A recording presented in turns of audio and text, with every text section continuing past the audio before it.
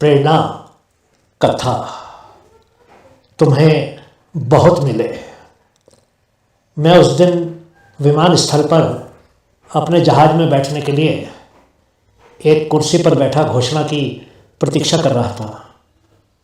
मुझसे कुछ ही दूरी पर एक बूढ़ी माँ और उसकी जवान बेटी भी खड़े थे।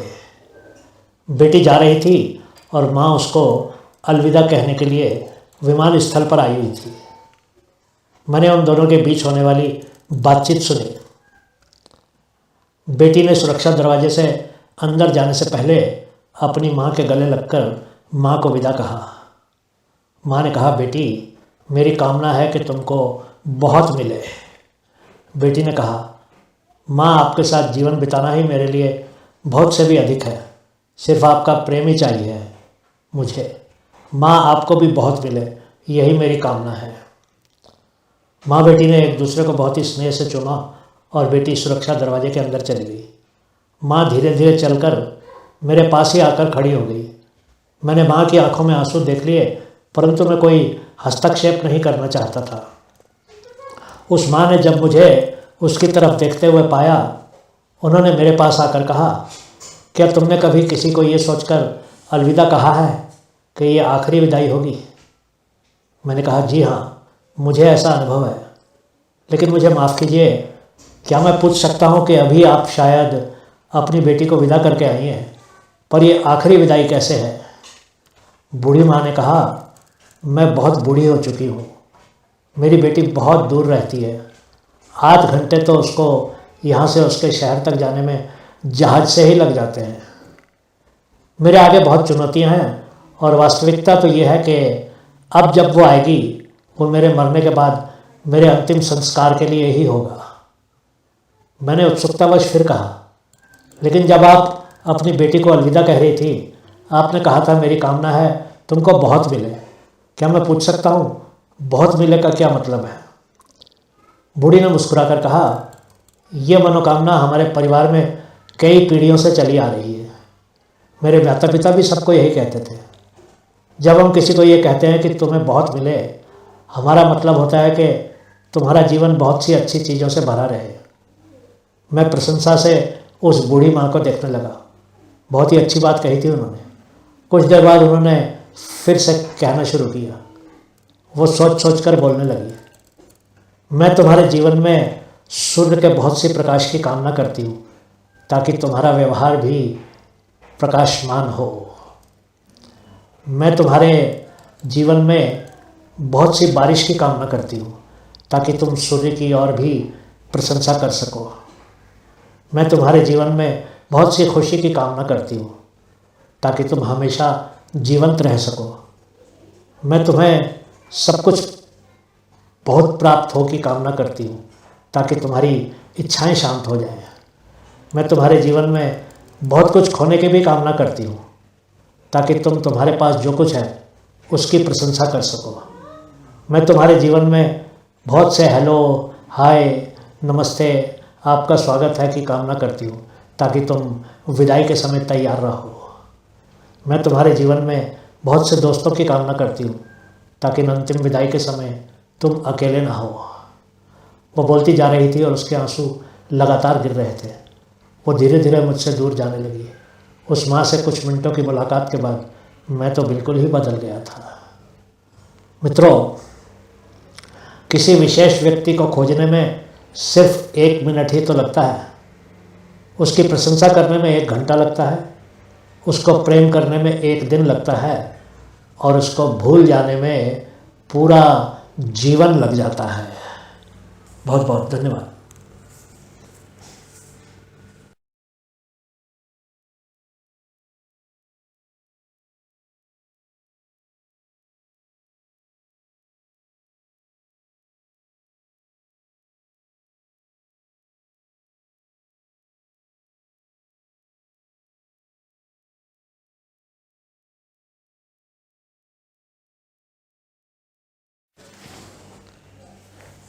प्रेरणा कथा।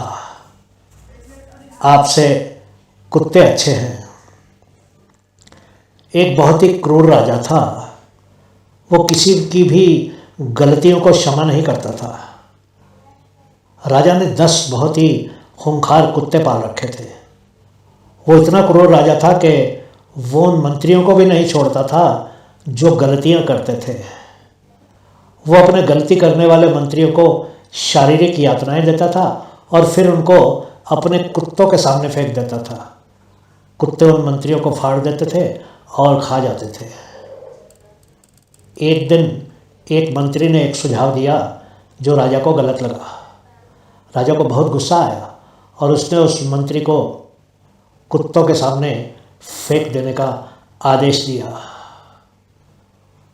मंत्री ने राजा से अनुरोध किया, महाराज, मैंने 10 वर्षों तक आपकी सेवा की है, क्या यही मेरी इतने वर्षों की सेवा का परिणाम है? कृपया मुझे 10 दिनों का समय दीजिए।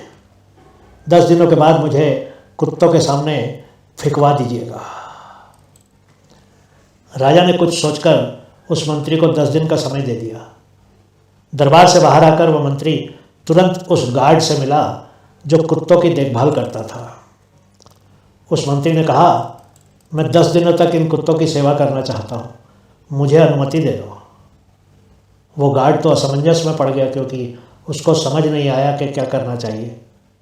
कुछ देर सोचने के बाद उस गार्ड ने उस मंत्री को कुत्तों की सेवा करने की अनुमति दे दी। उसी दिन से उस मंत्री ने कुत्तों की सेवा शुरू कर दी। वो उनके लिए खाने की चीज़ें लेकर जाने लगा, वो उनको नहलाने लगा, उनको ज़्यादा से ज़्यादा आराम देने लगा। 1-2 दिन में ही वो कुत्ते उस मंत्री को पहचानने लगे और उसकी प्रतीक्षा करने लगे। वो उनके लिए तरह तरह की खाने की चीज़ें ले जाता था। इसी तरह 10 दिन बीत गए। 10 दिनों के बाद वो राजा के समक्ष उपस्थित हुआ। राजा ने उस मंत्री को कुत्तों के सामने फेंक देने का आदेश दिया। कुछ सिपाही उस मंत्री को पकड़कर कुत्तों के बाड़े के अंदर छोड़ आए। सभी लोग ये देखकर हैरान हो गए कि कुत्ते उस मंत्री को देखते ही पूंछ हिलाने लगे और उसके हाथ चाटने लगे। राजा तो हैरान हो गया। उसने गुस्से से कहा, ये कुत्तों को क्या हो गया है? क्या ये कुत्ते पागल तो नहीं हो गए? तभी मंत्री ने कहा, महाराज, इन कुत्तों को कुछ भी नहीं हुआ है। मैंने उन कुत्तों की 10 दिनों तक सेवा की और ये अभी तक मुझे नहीं भूले हैं। लेकिन मैंने 10 वर्षों तक आपकी सेवा की और आप मेरी सेवा भूल गए और मेरी पहली गलती पर ही मुझे मृत्यु दंड दे दिया। राजा को अपनी गलती का आभास हो गया। वो बहुत ही शर्मिंदा हुआ। उसको ये ग्लानि होने लगी कि उससे तो उसके कुत्ते ही अच्छे थे। उसने तुरंत ही अपने मंत्री से माफ़ी मांग ली और उस दिन के बाद किसी को भी इस तरह का दंड न देने की घोषणा कर दी। मित्रों, जानवरों की वफादारी की बहुत सी कहानियाँ हम लोग सुनते ही आए हैं, परंतु मनुष्य की वफादारी की बहुत कम कहानियाँ हैं जो हर एक की ज़ुबान पर हो। ताकत और सत्ता का दुरुपयोग गलत होता ही है, परंतु ये मान लेना कि सत्ता हमेशा कायम रहेगी गलत है। कहते हैं कि हम क्रमिक विकास से जानवरों से विकसित होकर मनुष्य बने हैं, परंतु हम अभी भी पूर्ण नहीं हुए हैं क्योंकि पालतू पशुओं की दुनिया में वफादारी मनुष्यों से अधिक ही होती है। बेचारे जानवर हमारे थोड़े से प्रेम से हमेशा के लिए हमारे हो जाते हैं, परंतु मनुष्य के लिए आप कुछ भी करते रहें, आप नहीं जानते कि कब आपको धोखा दे देगा। बहुत बहुत धन्यवाद।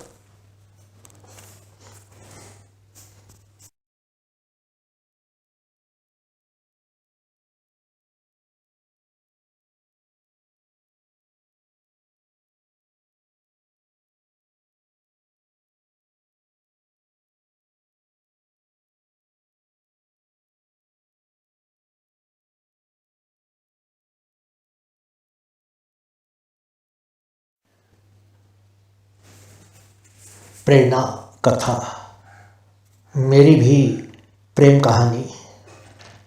मैं उस समय अपनी छत पर ऊपर लगी एक बत्ती के प्रकाश के नीचे एक किताब पढ़ रही थी। अचानक मैंने ऊपर तारों भरे आकाश को देखा। कुछ दूरी पर मुझे एक तारा टूटकर गिरता हुआ दिखा। उस टूटते तारे को देखकर मेरी आंखों में आंसू आ गए। यादें उमड़ उमड़ कर मेरे दिमाग में आने लगी।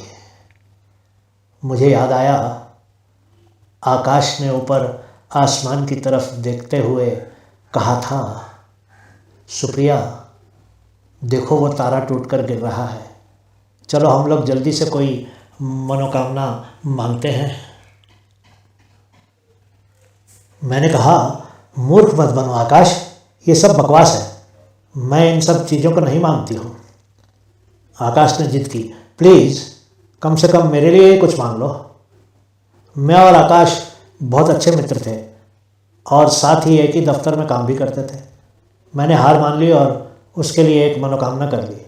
उसने कहा, क्या मांगा तुमने मेरे लिए? मैंने कहा, पहले तुम बताओ। आकाश ने तुरंत ही कहा, मैंने कामना की कि मैं हमेशा ही तुम्हारे साथ रहूं। मैंने हंसकर कहा, सच में? मैंने भी यही कामना की। उस दिन तो मैंने व्यंग कर दिया था, लेकिन भाग्य में एक बड़ा व्यंग लिखा था। वो मुझे छोड़कर चला गया और मैं इस दुनिया में अकेली रह गई। उस दुर्भाग्यशाली दिन उसने मुझे एक लिफाफा भेजा था। उस लिफाफे में एक चाबी थी और एक छोटी सी चिट्ठी थी। उस चिट्ठी में लिखा था, मेरी प्यारी सुप्रिया, ये मेरे दिल की चाबी है। मैं चाहता हूँ कि इस चाबी से तुम मेरे दिल को खोलो और हमेशा मेरे दिल में ही रहो। मैं तुमसे बहुत प्रेम करता हूँ। क्या मैं तुम्हारा हाथ इस तरह से पकड़ सकता हूँ कि वो फिर कभी भी ना छूटे? क्या तुम हमेशा के लिए मेरी होना चाहोगी? सिर्फ तुम्हारा आकाश। मेरी खुशी का तो कोई ठिकाना ही नहीं था। वास्तविकता तो ये थी कि मैं भी आकाश से बहुत प्रेम करने लगी थी। मैंने तुरंत ही उसको फ़ोन करके कहा, आकाश मैं भी तुमसे बहुत प्रेम करती हूँ, मैं तुमसे अभी मिलना चाहती हूँ। आकाश ने कहा, ठीक है मेरी जान, मैं कुछ मिनटों में तुम्हारे पास आता हूँ। मैं जल्दी से तैयार होकर बाज़ार से आकाश के लिए कोई उपहार खरीदने चल दी। मैं इतनी उत्तेजित थी कि मैंने सड़क पर न इधर देखा न उधर। अचानक मुझे एक कार ने उड़ा दिया। कुछ ही सेकंडों में मैं अपने ही खून से नहाई सड़क पर पड़ी थी। सब कुछ धूमिल होने लगा था। मेरी आंखें बंद हो गई। मुझे कुछ लोग तुरंत ही उठाकर अस्पताल ले गए। किसी ने मेरे फ़ोन से सबसे अंतिम नंबर को फ़ोन करके आकाश को भी दुर्घटना के बारे में बता दिया। आकाश से तो सहन ही नहीं हुआ। वो मुझे खोना नहीं चाहता था। वो बहुत तेज़ गाड़ी चलाकर अस्पताल की तरफ आने लगा। एक मोड़ पर कार की गति बहुत तेज़ होने के कारण संतुलन बिगड़ गया और उसकी कार सीधी एक पेड़ से जाकर टकरा गई। वो अपनी कार में ही बेहोश हो गया। मुझे इस सब के बारे में बाद में बताया गया, क्योंकि उस समय मैं ऑपरेशन थिएटर में थी और डॉक्टर मेरा जीवन बचाने के प्रयास कर रहे थे। आकाश को भी कुछ लोग नज़दीक के एक अस्पताल में ले गए।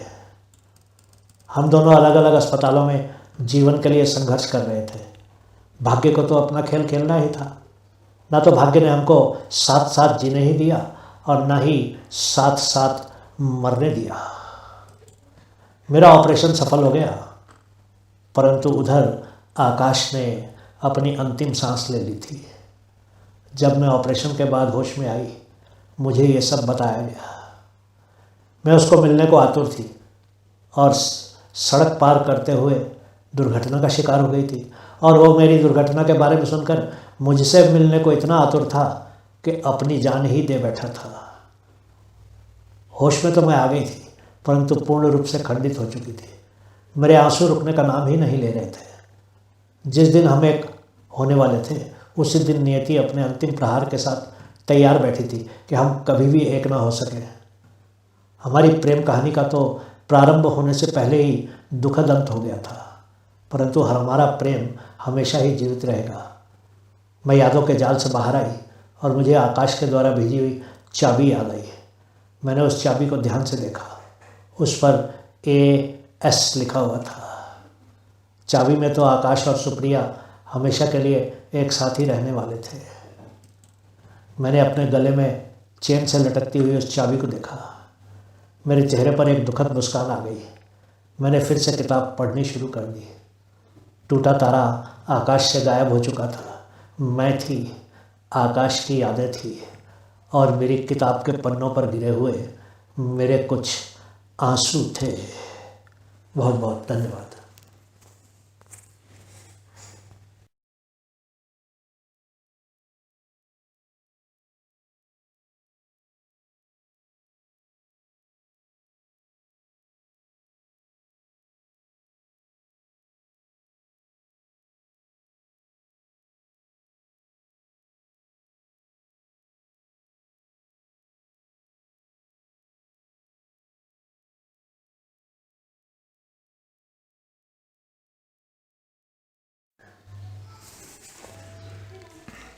प्रेरणा कथा।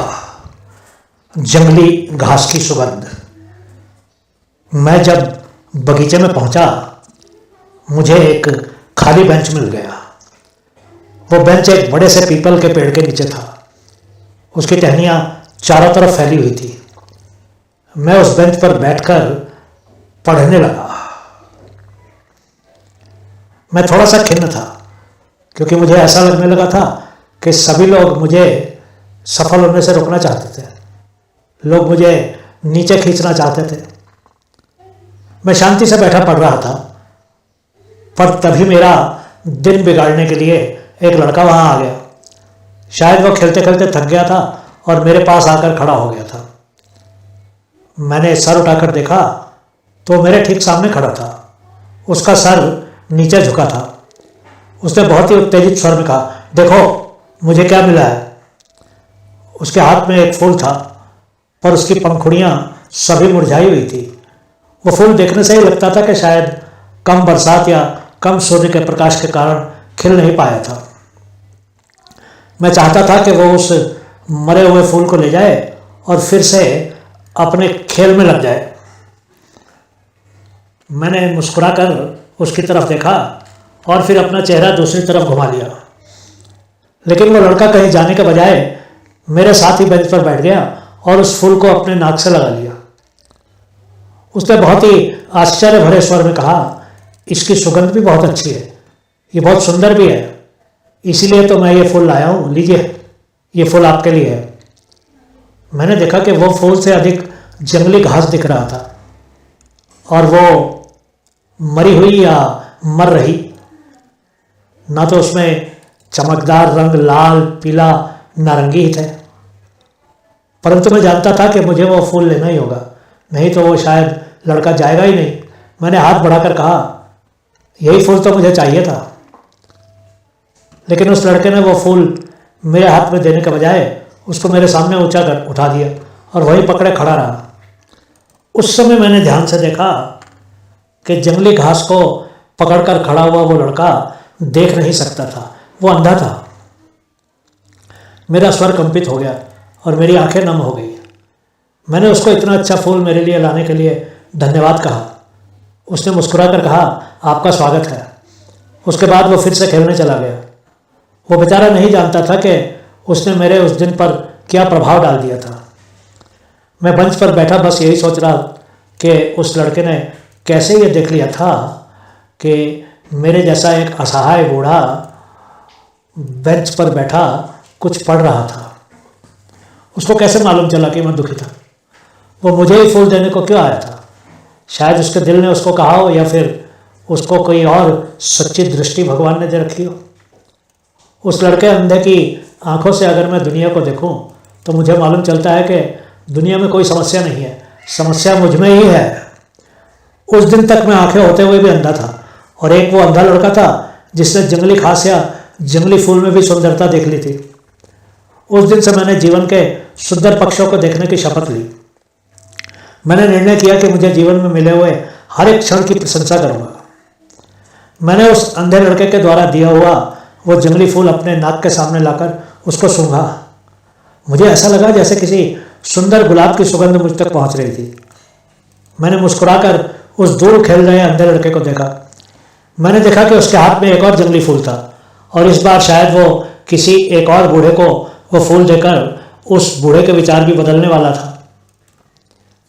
मैं शाम को घर में आकर बहुत देर तक उस अंधे लड़के के बारे में ही सोचता रहा। मैं बूढ़ा जरूर था, पर मैं एक अमीर बूढ़ा था। मेरे पास बैंक में काफ़ी पैसे थे और मेरे 3 बड़े बड़े मकानों से मुझे काफ़ी किराया प्रति महीना आता था। मैं अपने बड़े से घर में अकेला ही रहता था। घर में 2 नौकर थे। मेरी पत्नी को मरे हुए 20 बरस हो चुके थे। मेरा एक ही बेटा था और वो भी हज़ारों मील दूर अमेरिका में अपने परिवार के साथ खुश था। अगली सुबह मैं फिर से बगीचे में गया और उस लड़के को खोजने लगा। मुझे कुछ देर के बाद वो लड़का फिर से दिख गया। वो लगभग 14 बरस का लड़का फूलों के पौधों में और जंगली बेल बूटियों में ही खोया हुआ था। कुछ देर के बाद मैं उससे बातें करने लगा। मुझे मालूम चला कि वो अनाथ था और पास ही अपनी दादी के साथ रहता था। तुम स्कूल जाते हो? जब आंखें ठीक थी तब जाता था।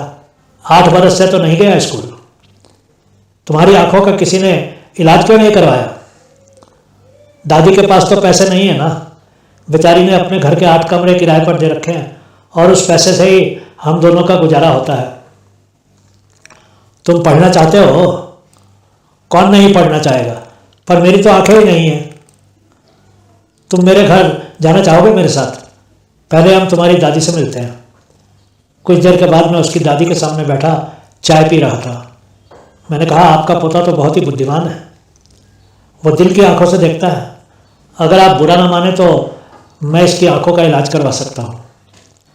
दादी ने तो मेरे पास बैठते हुए मेरे दोनों हाथ अपने हाथ में ले लिए और मुझे आशीर्वाद देने लगी। खैर 4 महीने में उस लड़के के 3 ऑपरेशन हुए और उसकी आंखों की रोशनी थोड़ी थोड़ी वापस आ गई। मैं और उसकी दादी अब उसके संयुक्त अभिभावक हो गए थे। आज इस घटना को 12 साल बीत गए हैं। आपको जानकर हैरानी होगी कि उस लड़के समीर ने औषधि विज्ञान की पढ़ाई में कॉलेज में सबसे ज़्यादा अंक प्राप्त किए। अगले वर्ष वो आंखों का डॉक्टर हो जाएगा। आज तो यकीन भी नहीं होता कि वो 14 वर्ष का लड़का जो खुद अंधा था, 26 वर्ष की उम्र में एक ऐसा डॉक्टर होने वाला था जो औरों की आंखों की रोशनी लौटाने वाला था। मित्रों, जीवन में जो मज़ा किसी के लिए कुछ करने में आता है वो किसी से मदद लेने में नहीं आता है। मेरे पास पैसे थे, साधन थे और मैंने उसका इलाज करवा दिया। आज मैं कह सकता हूँ कि मेरा एक बेटा डॉक्टर भी है और मेरी एक बहुत अच्छी दोस्त भी है, उसकी दादी। हो सके तो किसी को जीवन में थोड़ी सी खुशी देकर देखिएगा, आपको कितना संतोष और पुण्य प्राप्त होगा। शायद आपको भी किसी जंगली घास में गुलाब के फूलों की सुगंध आने लगे। ज़रा सोचिएगा।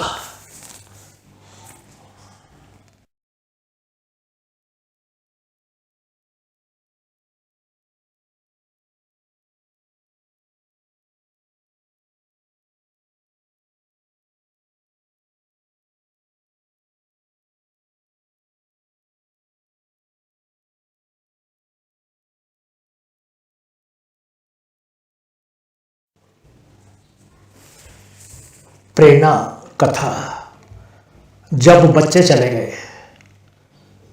जब मेरी बड़ी बेटी की शादी हुई और वो घर छोड़कर अपने पति के साथ जाने लगी, मुझे ऐसा लगा कि मैं उसको जाने नहीं दे सकती। मैं अपने छोटे बेटे के साथ कैसे आगे का जीवन बिताऊंगी, यही सोच मेरे दिमाग में घूम रही थी। हालांकि मेरा बेटा मेरे पास ही था। मुझे मालूम था कि दोनों का ही मेरे जीवन में कितना अधिक महत्व था, लेकिन दोनों में कुछ तो फर्क था जो मुझे उस समय दर्द दे रहा था। जब मेरी बेटी लगभग 14 बरस की हुई थी, मुझे ऐसा महसूस होने लगा था कि मेरी बेटी मेरा ही एक छोटा सा प्रारूप थी, या मेरे ही शरीर का एक ऐसा भाग थी जो अब अलग से अपना रूप धारण कर रहा था। आप कह सकते हैं कि मुझे अपनी बेटी से ज़्यादा प्यार था। इसीलिए जब वो घर छोड़कर अपने पति के साथ अपना नया घोंसला बनाने के लिए जाने लगी, मुझे ऐसा लगा जैसे मेरे शरीर से मेरा कोई अंग अलग हो रहा था। अगली बार जब वो मेरे घर वापस आई, वो कुछ ही दिन रही। मैं हैरान हो गई क्योंकि उसकी प्राथमिकताएं बदल चुकी थी। मुझे पूरा विश्वास है कि जब मेरी शादी हुई थी और मैं अपने माँ बाप से कुछ दिनों के बाद मिलने गई थी, तो मैंने भी अपने माँ बाप को कुछ आश्चर्य तो पहुँचाया ही होगा। खैर, अब मेरी विवाहित बेटी मेरे पास कुछ दिन रहने आई। मुझे बहुत सी बातें अजीब लगी। जब भी वो बात बात में अम्मा कहती थी, मैं समझ जाती थी कि अम्मा से उसका मतलब उसकी सास से था, ना कि अपनी माँ यानी कि मुझसे था। उसके बाद भी वो कई बार मुझसे मिलने आती रही, परंतु उसको हर बार ही अपने घर जाने की जल्दी होती थी। मैं आंखों में आंसू लिए सोचा करती थी कि मेरी बेटी कितने गर्व से अपने दोस्तों और सहेलियों को अपने घर यानी कि मेरे घर लाया करती थी, पर अब उसका अपना घर उसके पति का घर था। एक बार जब वो अपने घर वापस जाने की जिद करने लगी, मुझे आभास हुआ कि मुझे उसके साथ के अपने घनिष्ठ संबंध को धीरे धीरे अलगाव में बदलना ही होगा। मेरी बेटी की शादी के 2 बरसों के बाद ही मेरा बेटा भी अपनी आगे की पढ़ाई के लिए अमेरिका चला गया। बेटी से अलग होने का मुझे अनुभव था, शायद इसीलिए इस बार बेटे से बिछड़ने के लिए मैं भावनात्मक रूप से पूरी तरह से तैयार थी। मैं घर में बिल्कुल अकेली रह गई थी, समय बिताना कठिन हो गया था। मैं अलग अलग तरह की कक्षाओं में जाकर नए नए कोर्स करने लगी। मैंने वेदांत उपचार की शिक्षा ले ली, इकेबाना भी सीख लिया। मैं तो सिर्फ अपने खाली घर से दूर रहना चाहती थी। मेरे पति तो सुबह 7 बजे ही चले जाते थे और रात को 10 बजे ही आते थे। वो अपने बड़े से डिपार्टमेंटल स्टोर में ही खोए रहते थे। उनका शायद बच्चों के चले जाने का कुछ खास फर्क नहीं पड़ा था। मैं ही खुद को बिल्कुल अकेली महसूस करती थी। मेरा बेटा मुझे चिट्ठियों में लिखता था कि उसको घर के खाने की बहुत याद आती थी और वो कितनी उत्सुकता से छुट्टियों का इंतज़ार कर रहा था ताकि मेरे पास मुंबई वापस आ सके, इत्यादि इत्यादि। वो 3 वर्षों के बाद वापस आया। हमने उसकी भी शादी कर दी। वो मुंबई में ही स्थायी हो गया और उसने भी अपनी एक छोटी सी कंपनी खोल ली। उसने एक अलग घर ले लिया और अपनी पत्नी के साथ उस घर में खुश था। हम भी खुश थे क्योंकि हमने अपने बेटे और बहू को पूरी स्वतंत्रता दे दी थी। बच्चे तो अपनी अपनी दुनिया में खुश थे, परंतु मेरे लिए तो सब कुछ ही बदल गया था।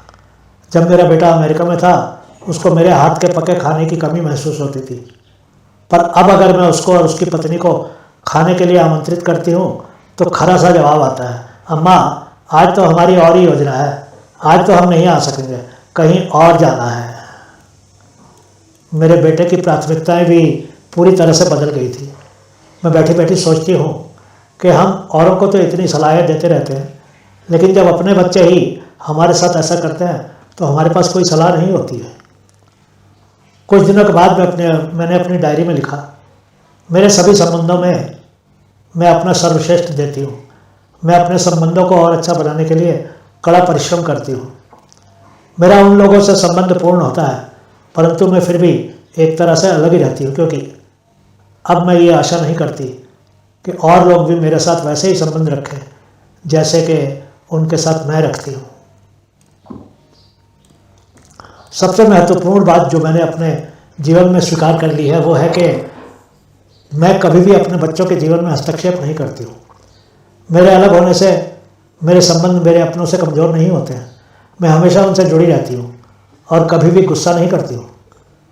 मैं समझ गई हूँ कि वास्तव में प्रेम क्या होता है। मेरे बच्चों के प्रति मेरे प्रेम ने मुझे और भी सहनशील बना दिया है। मैं लोगों को अपने अपने जीवन को उनके अनुसार ही जीते देखकर खुश होना भी सीख गई हूँ। अब मैं प्रभु से सिर्फ यही प्रार्थना करती हूँ कि भगवान प्रेम बांटने में, दयालु होने में, सहनशील रहने में मेरी मदद करें। मैं किसी भी व्यक्ति की बातें बहुत ही ध्यान से सुनती हूँ और कभी भी किसी के जीवन में हस्तक्षेप न करते हुए कोई भी टिप्पणी नहीं करती हूँ। मेरे दोनों बच्चे मुंबई में ही रहते हैं, परंतु कभी महीने 2 महीने में मुझसे या अपने डैडी से मिलने आते हैं। मैंने तो इसको बहुत ही सहज रूप से ले लिया है, हालांकि शुरू में ये इतना आसान नहीं था।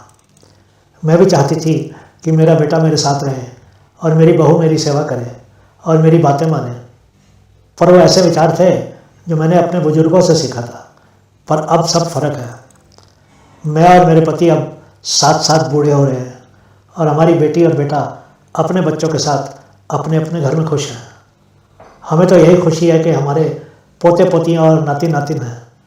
इससे अब कुछ फ़र्क नहीं पड़ता कि वो कब कब हमसे मिलते हैं। कहने को तो मैंने इतना कुछ लिख दिया है इस बारे में और मैं बहुत ही समझदार भी हूँ, पर आज भी मैं कभी कभी अकेले में कुछ आंसू बहाने से खुद को रोक नहीं पाती हूँ। मैं नहीं जानती कि ये आंसू क्यों आ जाते हैं। बहुत बहुत धन्यवाद।